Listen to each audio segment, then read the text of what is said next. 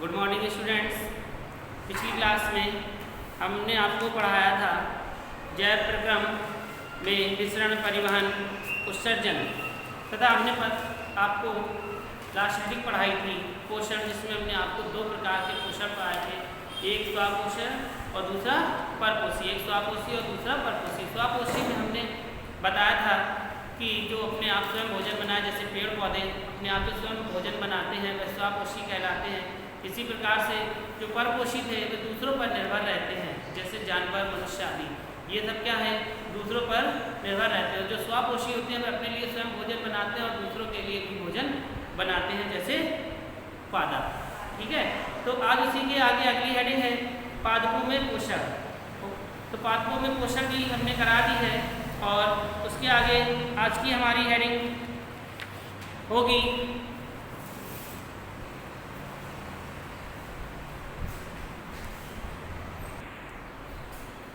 आज का हमारा टॉपिक है प्रकाश संश्लेषण, यानी कि फोटोसिंथेसिस। प्रकाश संश्लेषण क्या है? पिछली क्लास में हमने आपको बताया था जो सूर्य से भोजन अपना जो क्रिया करते हैं, प्रकाश संश्लेषण की क्रिया करते हैं, फिर वह अपना भोजन बनाते हैं। उसमें हमने आपको बताया था कि किस तरीके से पूरे पादप में परिवहन होता है, जल का परिवहन किस तरीके से होता है तथा ये भोजन बनाते हैं, भोजन का परिवहन नीचे जड़ों तक किस प्रकार से होता है। तो जो टॉपिक हमारा है प्रकाश संश्लेषण, फोटोसिंथेसिस, तो इसमें थोड़ी सी डेफिनेशन लिखेंगे। प्रकाश संश्लेषण वह उपचायक क्रिया है। प्रकाश संश्लेषण वह उपचायक क्रिया है जिसके द्वारा प्रकाश संश्लेषण वह उपचायक क्रिया है जिसके द्वारा अकार्बनिक सरल यौगिकों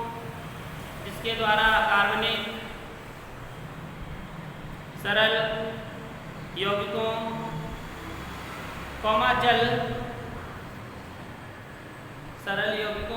जल तथा CO2 को प्रकाशीय ऊर्जा के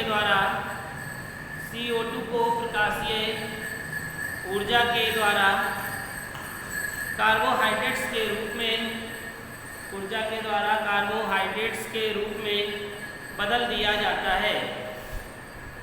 कार्बोहाइड्रेट्स के रूप में बदल दिया जाता है। अगर किसी का छूट गया हो तो हम फिर से रिपीट कर रहे हैं कि प्रकाश संश्लेषण वह उपचायक क्रिया है जिसके द्वारा अकार्बनिक सरल यौगिकों, जल तथा कार्बन डाइऑक्साइड यानी कि CO2 को प्रकाशीय ऊर्जा के द्वारा कार्बोहाइड्रेट्स के रूप में बदल दिया जाता है।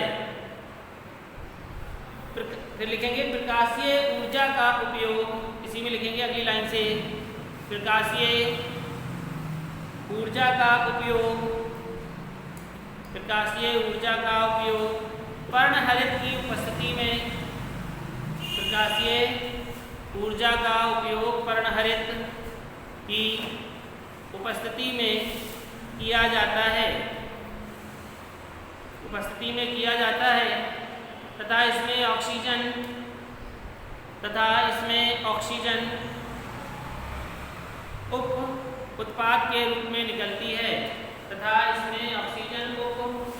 उत्पाद के रूप में निकलती है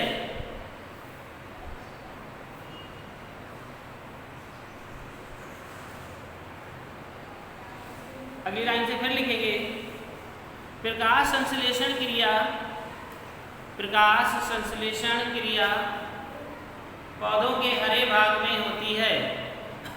प्रकाश संश्लेषण क्रिया पौधों के हरे भाग में होती है। पौधे CO2 वायु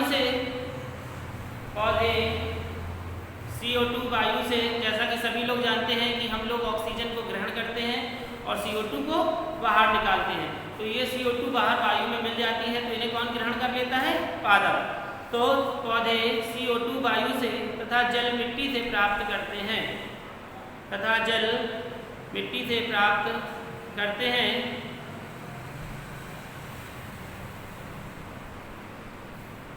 ये सूर्य के प्रकाश को, ये सूर्य से प्रकाश को हरित लवक द्वारा ग्रहण करके, सूर्य से प्रकाश को हरित लवक द्वारा ग्रहण करके CO2 बनाने में कार्य करते हैं। ग्रहण करके CO2 बनाने में कार्य करते हैं, जो पौधों के लिए भोजन का कार्य करता है, जो पौधों के लिए भोजन का कार्य करता है।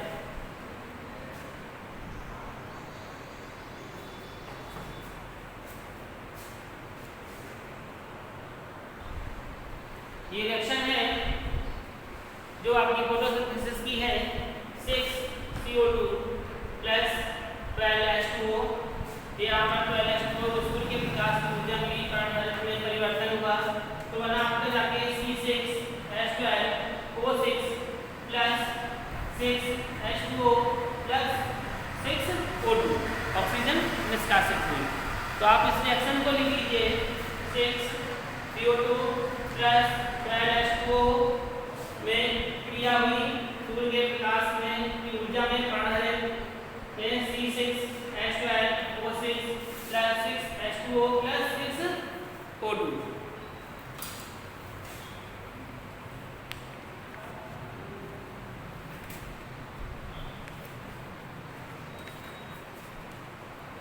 अब हेडिंग डालेंगे प्रकाश संश्लेषण का महत्व। हेडिंग होगी प्रकाश संश्लेषण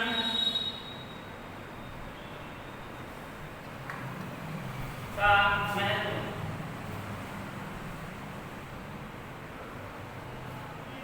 प्रकाश संश्लेषण का महत्व यानी कि importance of photosynthesis, importance of photosynthesis, प्रकाश संश्लेषण का महत्व यानी कि प्रकाश संश्लेषण की क्रिया कैसे होती है तथा इसका महत्व क्या है।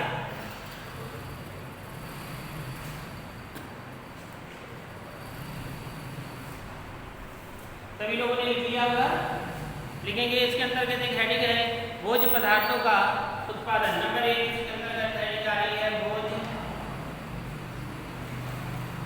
पदार्थों का, भोज्य पदार्थों का उत्पादन यानी कि भोज्य पदार्थ किस प्रकार से बनाते हैं।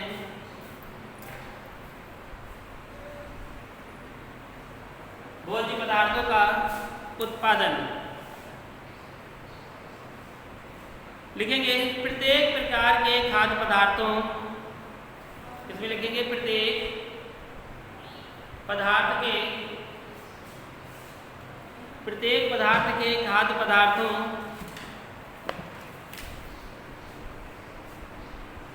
के निर्माण का आधार ही,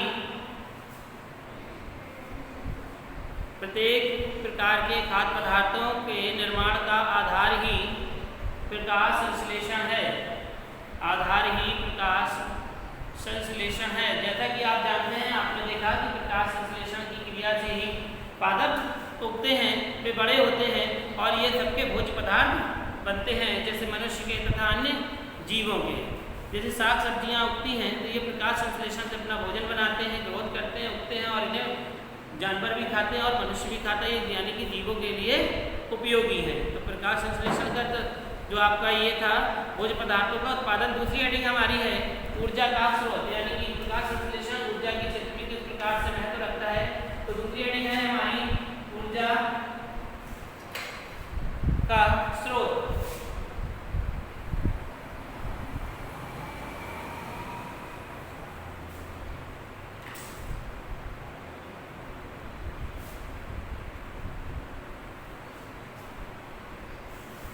ऊर्जा का स्रोत यानी कि किस प्रकार से इन्हें ग्रहण करने के बाद हमें किस प्रकार से ऊर्जा प्राप्त होती है, प्रकाश संश्लेषण की क्रिया हुई पौधों में और फिर पौधों को अपना भक्षण किया तो किस प्रकार की ऊर्जा प्राप्त हुई, तो लिखेंगे सजीवों जिनमें पौधे भी सम्मिलित होते हैं, सजीवों जिनमें पौधे भी सम्मिलित होते हैं,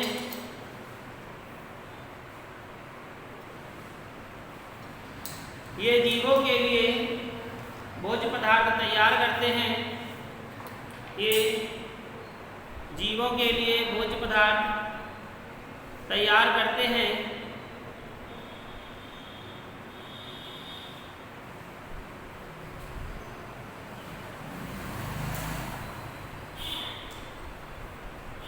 जो जीव भोज्य पदार्थ ग्रहण करता है, जो जीव भोज्य पदार्थ ग्रहण करता है उसे ऊर्जा प्राप्त होती है, उसे ऊर्जा प्राप्त होती है। जैसा कि आप सभी जानते हैं कि जब तक हम लोगों को भोजन नहीं मिलता है तो हम लोग कार्य करने में अनुभूति प्राप्त नहीं कर पाते, किसी कार्य को सही ढंग से कर नहीं पाते, क्योंकि उसके लिए हमें ऊर्जा की आवश्यकता होती है और ऊर्जा हमें भोज्य पदार्थों से प्राप्त होती है। जब हमें लगता है कि अब हम कार्य करने योग्य नहीं हैं तो हमें भोज्य पदार्थों की आवश्यकता महसूस होने लगती है। फिर जैसे ही हम भोज्य पदार्थ ग्रहण करते हैं उसके बाद कार्य करने की क्षमता बढ़ जाती है। शरीर उसी में लिखेंगे, शरीर को चलाने के लिए आवश्यक ऊर्जा भोजन से ही प्राप्त होती है। शरीर को चलाने के लिए आवश्यक ऊर्जा भोजन से प्राप्त होती है, आवश्यक ऊर्जा भोजन से प्राप्त होती है।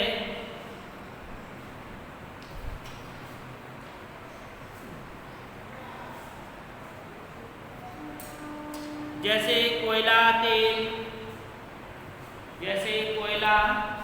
तेल, पेट्रोल, डीजल,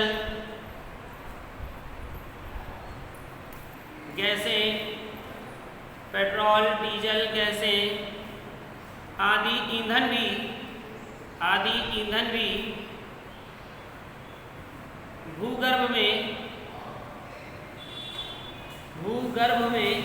यह भूगर्भ का मतलब है भूमि के अंदर, यानी कि तेल कहाँ से निकलता है, पेट्रोल भूमि के अंदर से, जिसे हम भूगर्भ कहते हैं। तो भूगर्भ में पुरातन काल से संचित स्रोत है, भूगर्भ में पुरातन काल से संचित स्रोत है।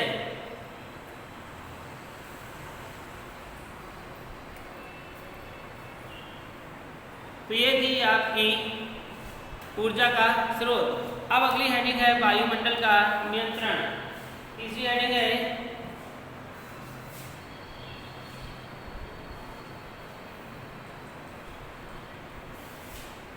वायुमंडल का नियंत्रण।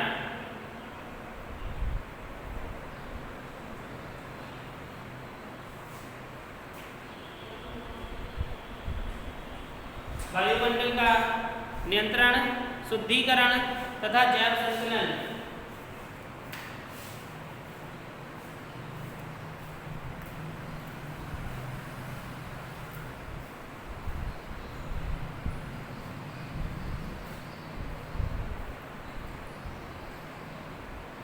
शुद्धिकरण, वायुमंडल का नियंत्रण, शुद्धिकरण तथा जैव संतुलन।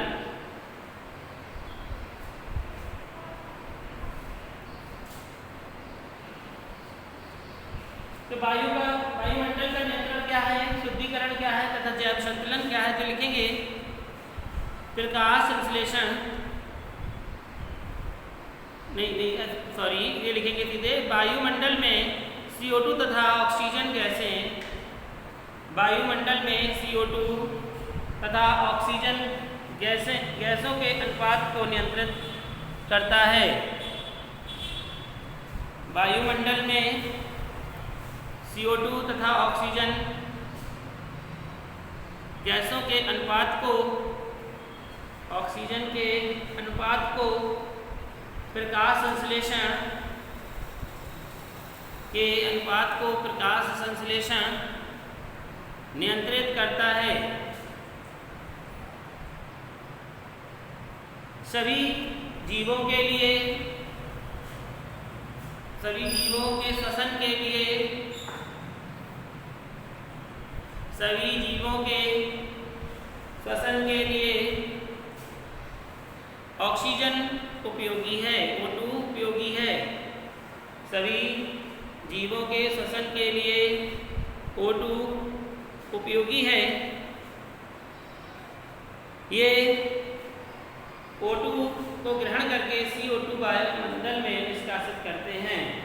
आप सभी जानते हैं कि जीव O2 को ग्रहण करके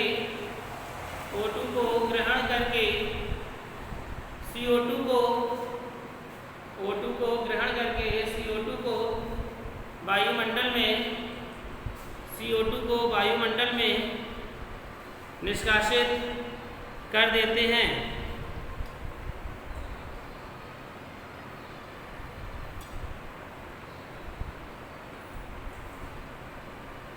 अतः दोनों प्रकार से वायुमंडल लिखना नहीं है, तो इसी प्रकार से वायुमंडल क्या हो जाता है? अशुद्ध हो जाता है। अशुद्ध हो जाता है तो इसे कौन शुद्ध करता है? पादप। क्योंकि पादप क्या करते हैं? CO2 को ग्रहण कर लेते हैं और CO2 ग्रहण करने के बाद O2 को निष्कासित करते हैं, जिससे वायुमंडल क्या हो जाता है? शुद्धिकरण होने लगता है।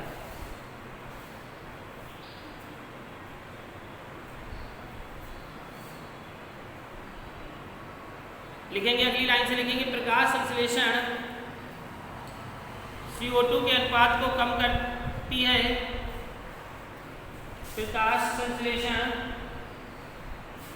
CO2 के अनुपात को कम करती है और O2 के अनुपात को बढ़ाती है। प्रकाश संश्लेषण CO2 के अनुपात को कम करती है और O2 के अनुपात को बढ़ाती है।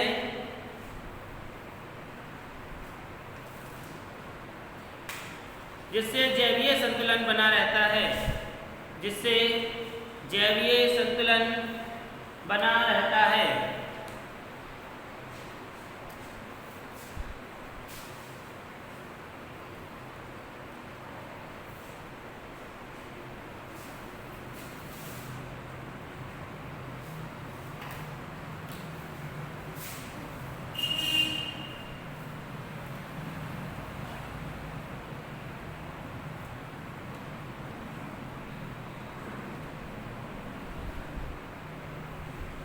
अगली हेडिंग उसी के नीचे है, स्तुति करने के बाद प्रकाश संश्लेषण का अंतरिक्ष यात्रा में महत्व।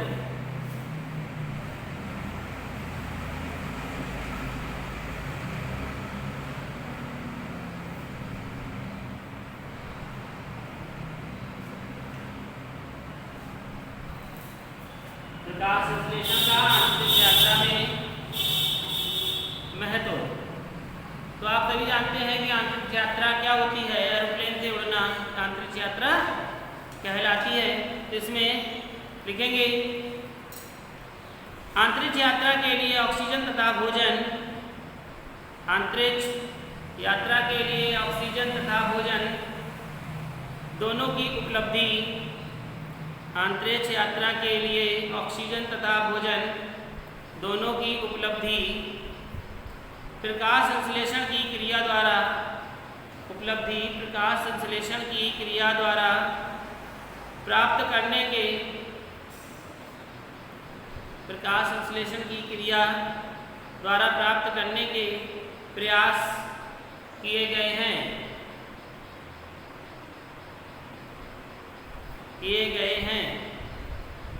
क्लोरेला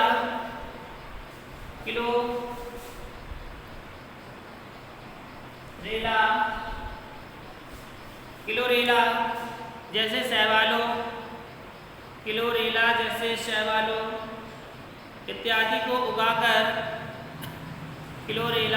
शैवालों इत्यादि को उगाकर इस समस्या को हल किया जा रहा है।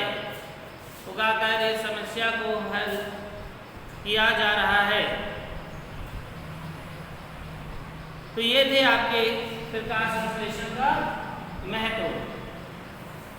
अब हमारी हेडिंग तो ये आप नोट कर लें, किसी को समझ में ना आया हो पूछ लें कि प्रकाश संश्लेषण किस प्रकार से कार्य कर रहा है। और हमारी हेडिंग का नाम है, अगली हेडिंग है विषमकोशी पोषण।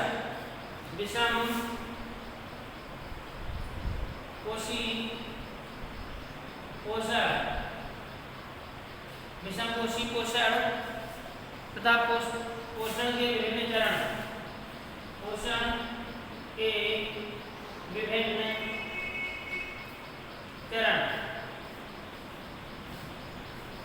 विषमकोशी पोषण तथा पोषण के विभिन्न चरण। विषमकोशी पोषण क्या है?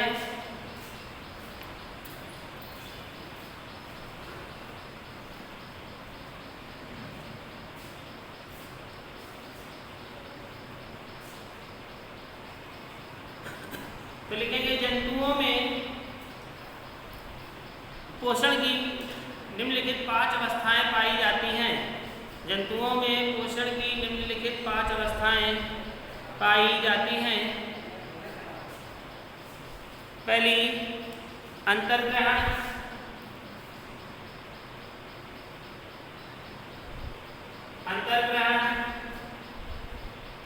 दूसरी पाचन,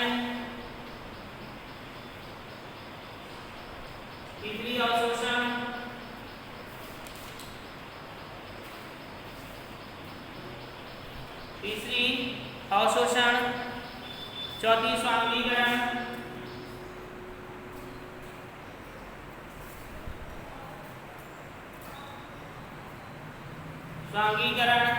तथा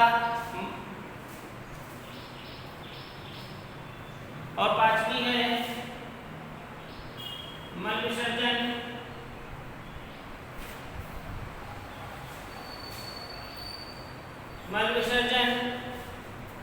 या बहिक्षेपण।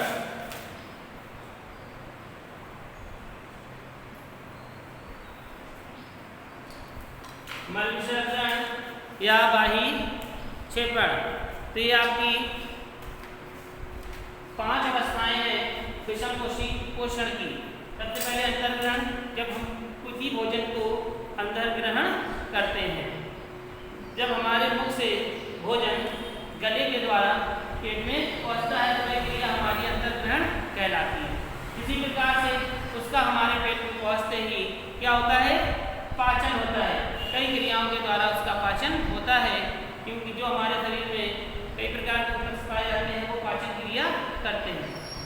पाचन होने के बाद उसका अवशोषण होता है, यानी कि आवश्यक पदार्थों का भी शोषण होता है।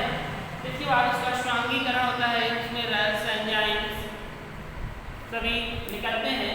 फिर जब पूरे भोजन का पाचन हो जाता है, उसमें से जो पाचक रस एंजाइम जो हमारे शरीर के लिए आवश्यक तत्व होते हैं वो शरीर में ही रह जाते हैं, तथा जो अनावश्यक तत्व होते हैं वे अंत में मल विसर्जन